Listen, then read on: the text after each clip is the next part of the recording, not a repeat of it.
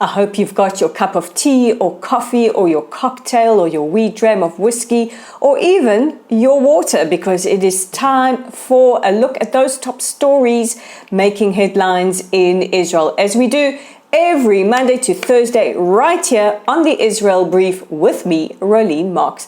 And always we are brought to you in partnership by these guys, Lay of the Land. So let's take a look at those top stories. We are on day 313. I actually look forward to the day where I'm not counting down, because that means that we've got all of our hostages back and that we see an end to the war. But we are on day 313. We are always aware of the situation for our hostages. Many of us are absolutely distraught by the reports that we have seen made public over the last couple of days about the condition that those just kept for 50 days endured, and we cannot comprehend what 313 days will do to a human being. So let's take a look at those top stories, and of course we're all waiting to see what is going to happen with Iran still threatening their reprisal attack following the assassination, which Israel has not commented on, of Ismail Haniyeh, the former political leader of Hamas, while he was in Tehran. So President Biden has said that Iran is unlikely to attack before the negotiations resume tomorrow with regards to a ceasefire in Gaza. He has also speculated that Iran may not attack at all should a ceasefire be reached. However, this is not the language that we are hearing from the newly elected Iranian president, Mahmoud Pezeshkian. He was speaking to British Prime Minister Keir Starmer in a very heated phone call, where Starmer reportedly warned him against attacking Israel and said that this does not help the region whatsoever. And Pezeshkian told Starmer that Iran has a legitimate right to strike Israel. Meanwhile, Israel remains on high alert. However, the guidelines by the Home Front Command for Israeli civilians have not changed. The negotiators are expected to meet tomorrow to hammer out the agreements around a ceasefire, which would call for a 42-day cessation in hostilities in order to start releasing the hostages. Defense Minister Gallant has confirmed that we expect between 20 to 35 hostages to be released in this initial phase. Now, it is unclear whether or not Hamas will send a representative. The representative before was Ismail Haniyeh, and the main decision maker now is Yahya Sinwar. Sinwar has said that they will not attend negotiations until a full cessation is reached. However, no country is going to agree to that until they get the hostages home. So we will have to keep an eye on how things transpire tomorrow.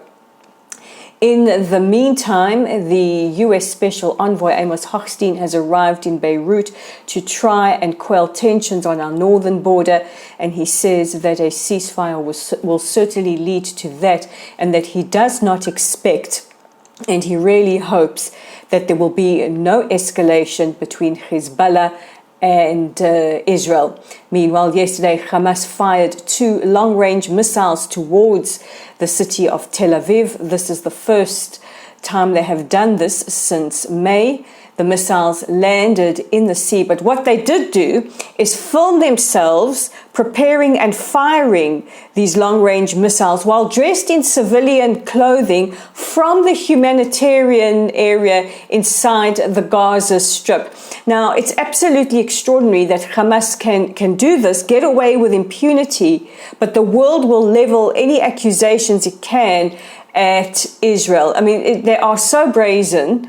So if there are any international law experts out there who can weigh in on this for us, we would greatly appreciate it. Israel's Ministry of Defense's Rehabilitation Department has released some statistics with regards to injured soldiers. They have said they've treated over 10,000 soldiers for physical rehabilitation since the start of the war. About 35% are suffering from PTSD, that's post-traumatic stress disorder, and other mental issues resulting from trauma. About 37% are being rehabilitated due to physical injuries. About 68% of them are reservists. Some of you might not be familiar. We have permanent force and we have a large contingent, probably the majority contingent, made up of reservists who are called to fight for their country. And they are also treating about 62,000 wounded veterans throughout who are still wounded from previous wars, and say that they have treated about 100,000 for PTSD. This is just an absolute harrowing example of the effects of war on soldiers as well, and we are expecting a tsunami of PTSD for all of us civilians. And I have to say, including myself, I notice that I do suffer from a lot of issues, as does, I think, every single one of us, as a result of the trauma and living through a war. And I think it's okay to speak about it. The United Arab Emirates has told Prime Minister Netanyahu that they are prepared to send peacekeeping forces to the Gaza Strip following the end of the war. However, they condition it on condition that the Palestinian Authority resumes control of the Gaza Strip. Now, several other Arab states have indicated that they are not prepared to send peacekeeping forces, and the Prime Minister is adamant that Gaza will be demilitarized and de-radicalized. We will not take the chance of another October the 7th on our communities and on our country ever again. And finally, for some good news before we get to the audience question of the day, and several weeks ago we spoke about that horrific massacre that killed 12 children who were playing football on a Saturday afternoon in the Druze village of Majd al-Shams. A rocket fired by Hezbollah into Majd al-Shams slammed into the football pitch and killed 12 children and injured over 30 others. Well, we've had some really great news. An 11-year-old little girl who was severely wounded by shrapnel to the head has regained full consciousness in Rambam Medical Center in the north of Israel and has surprised even the doctors, and we wish her a full and speedy recovery. Our hearts, our love continue to be with the incredible community of Majd al-Shams. The Druze and the Jews have a very close relationship here in Israel, and we hurt for each other, especially when children are so brutally murdered. Now it is time for your favorite part of the show, and that is the audience question. And today it comes from Mandy Smead from Washington. She says, why would Israelis want to live so close to Gaza? What is the incentive to live in such a dangerous area even prior to October the 7th? And does the government compensate people to live there? Fantastic question, Mandy. So let's go back in history a little bit. A lot of these kibbutzim and communities were established at the beginning of the State of Israel, some even before the State of Israel were established. And the Negev, which is the area where these communities fall, is really the breadbasket of the State of Israel.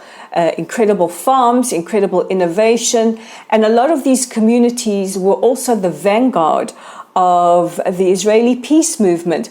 When you dive into the history of these kibbutzim, these communities, you will find that families have been there for several generations. some established these kibbutzim following the end of the Second World War and set them up even before we had the modern state of Israel. And for many people, settling in towns like Ofakim and Sderot, or the periphery as it's known in Israel, is a lot more affordable than settling in the center of Israel. And for the most part, for decades, these were peaceful areas. People would go inside the Gaza Strip, they would do their shopping, they would go to the beach there, and prior to the 7th of October, and even on the 7th of October, there were still citizens from Gaza coming into Israel with work permits to work in the farms and in the towns. However, this changed in 2006 when, following the disengagement in 2005, when Israel withdrew unilaterally from the Gaza Strip and Hamas overthrew the Palestinian Authority very, very violently, this all changed. And then we started to see the rockets being fired from Gaza into the state of Israel, or Israel proper, and we saw the significant uptick in violence and in wars. However, these communities were happy to stay there. They were safe, their farms were productive, and these were the peacenikim who always had this vision of peace in their minds. I mean, it's absolutely shattering when you hear the stories. People like Vivian Silva, who was one of the founders of Women Wage Peace, who was burnt alive in her house, whole families that were prepared to go out that Saturday morning to fly kites of peace, burnt, murdered in their homes. We know now the horrific stories that many Gaza civilians came in the second wave and raped and murdered and looted and mutilated some of the kibbutz members. And there are countless stories, but it's unclear if the government gave them compensation to be there. We know that people were given compensation to settle inside Gaza prior to the withdrawal from the Gaza Strip in 2005. But on the periphery, where those communities were, it was before 2007, before the rockets, very, very peaceful and still safe, despite the rocket bombardments after that. For us in Israel, we are very well prepared what to do in the event of rocket attacks, because sadly, unfortunately, we have been living with this for decades. So Mandy, it's a fantastic question. I hope I have answered it for you.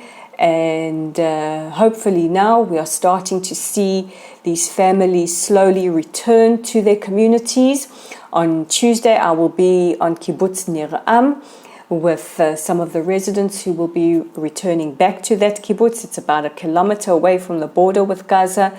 And please, God, we see a time of peace, and we see a time of all of those kibbutzim, all of those communities flourishing once again. And all that remains for me is to remind you to check out our website at www.layoftheland.online. Our Facebook community is at Lottel's site. Our YouTube channel is at the Israel Brief. And we are on Twitter or X or whatever it's called today at Lay of the Land 5. And of course, if you have a question that you would like answered, please pop it in the comment section below or be in touch via our website. So guys, God bless you. L'chaim to you all. Take care of yourselves and each other, and I will see you again tomorrow. Bye for now.